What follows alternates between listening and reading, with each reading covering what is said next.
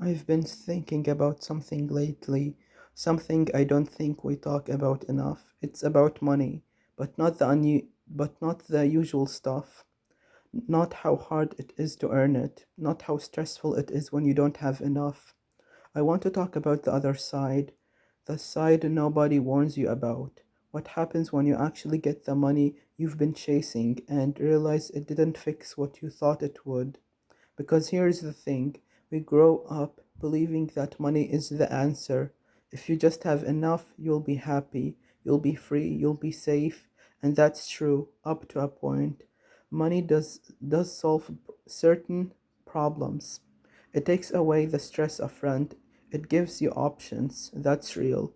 I'm not going to pretend it's not. But there is a ceiling, and once you hit that ceiling, something shifts. Money stops being a tool and starts becoming something else.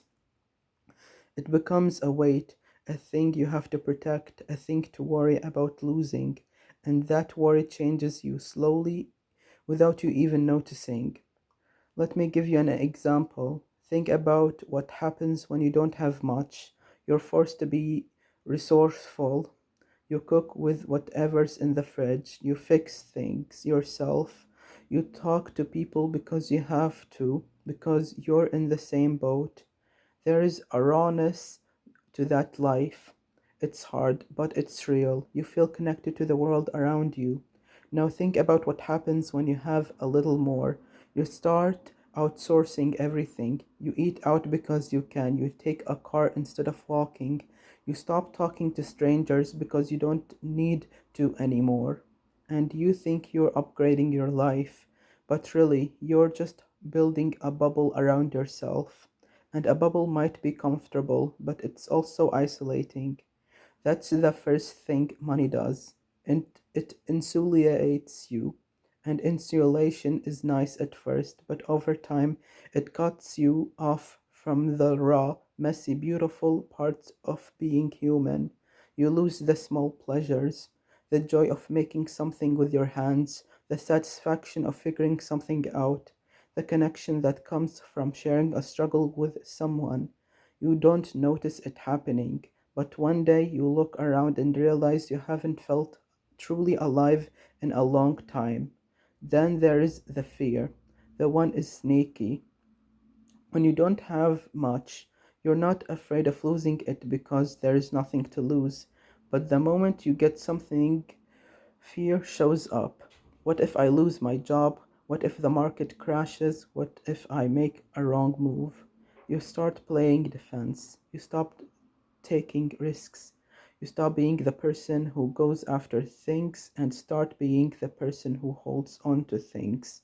And that's a slow kind of dying. It doesn't feel like dying. It feels like being responsible, but it's the same thing. You're shrinking. And then there is the comparison.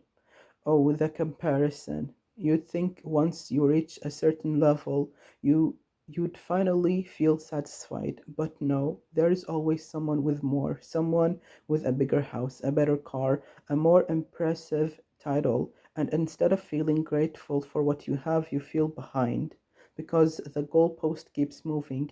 You thought it was a certain number, then you hit it and it wasn't enough. So you chase the next one and the next one, and you're still not happy. You're still tired. You're still running. That's not success. That's a treadmill.